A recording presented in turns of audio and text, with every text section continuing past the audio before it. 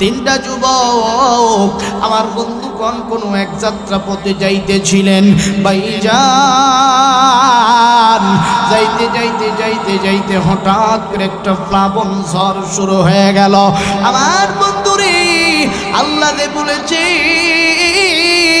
ঈমান আমল যদি কারো ঠিক থাকে, কেউ যদি 5 ওয়াক্ত নামাজ ঠিক মতো আদায় করে, ভাইজান আল্লাহ ওই বান্দা বান্দীদেরকে সহযোগিতা করবে রে বাবা। আসেন আসেন, কোনো দিকে তাকাতাকি করবেন না।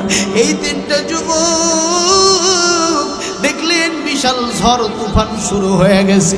এই তিনটা যুবক চিন্তা করলেন এখন যদি আমরা রাস্তা দিয়ে চলাচলি করি, এই ঝড় তুফান আসলে আমাদেরকে বিপদে ফেলায় দিবে।